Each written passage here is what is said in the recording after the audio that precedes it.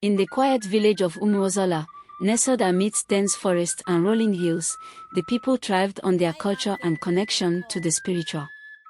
The land was fertile, the skies generous with rain, and the rivers teeming with life. Yet, for all its beauty, Umuozala bore a shadow, a fear that gripped its people when the name Nwonyi Anegi Muta Nwa was spoken. This was no ordinary woman. Nnenna, as she was once called, had been a radiant young bride, married to Obidike, a renowned hunter. Their union was celebrated, with villagers anticipating a lineage of strong hunters and wise daughters. But years passed, and the cries of a child never graced Nnenna's home. Whispered prayers turned to gossip, and gossip grew into cruel mockery.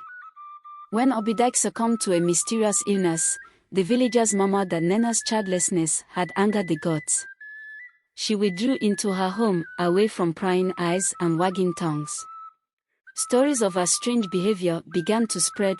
She was seen wandering the forest at odd hours, speaking to the wind, and planting unknown herbs in her garden. Then came the drought. For 3 years, the skies refused to open. Crops withered, streams dried, and hunger clawed at every home. Elders sought answers in the shrine of Amedioho, the village deity. The chief priest, Okagbu, returned with a chilling pronouncement: the Barren Witch must be appeased. It wasn't long before the people turned on Nnenna. Her home was torched, her belongings scattered. She was dragged before the village square, her once beautiful face now worn with years of sorrow and isolation. "Confess your sins," demanded Okagbu, his voice echoing through the frightened crowd. "I have no sin," Nnenna replied, her voice steady despite the jeers.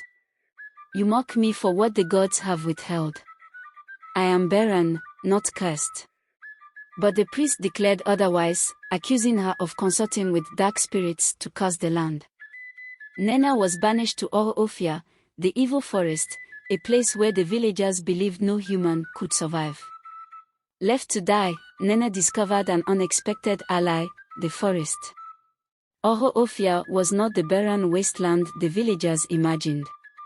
It teemed with life, plants with healing properties, streams of crystal-clear water, and creatures that seemed to obey her. Over time, she became one with the forest. The herbs she once planted became potent remedies. Her whispered words turned into powerful chants. She transformed into a healer, but the bitterness of her betrayal festered, and her heart hardened.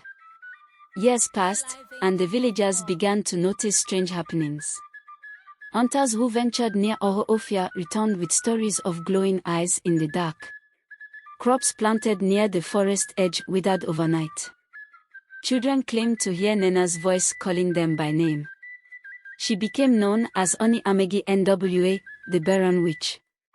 Parents warned their children not to stray too far. Men avoided the forest, fearing her wrath. Yet, some braved the journey to seek her remedies, for Nnenna's cures were unmatched. They paid in offerings of food, cloth, and livestock, ensuring her survival. One fateful year, the drought returned, fiercer than before. The villagers, desperate, turned once more to the shrine of Amedioho. This time, Okagbu hesitated, knowing the role he had played in Nnenna's banishment. The gods demanded atonement, and the villagers realized their survival lay in seeking the very woman they had condemned. A delegation, led by Iznokoro, the village chief, ventured into Ajọ Ofia. The forest seemed alive, its shadows whispering secrets. When they reached Nnenna's dwelling, a hut adorned with charms and surrounded by lush greenery, they found her waiting, her eyes glowing with an unnatural light. "You return to me now?" she asked, her voice cold. "After casting me out like a leper." Iznokoro fell to his knees. "Nwonyi Ani, forgive us. The land is dying. Only you can save us." Nnenna laughed, a sound that sent shivers down their spines. "You want forgiveness?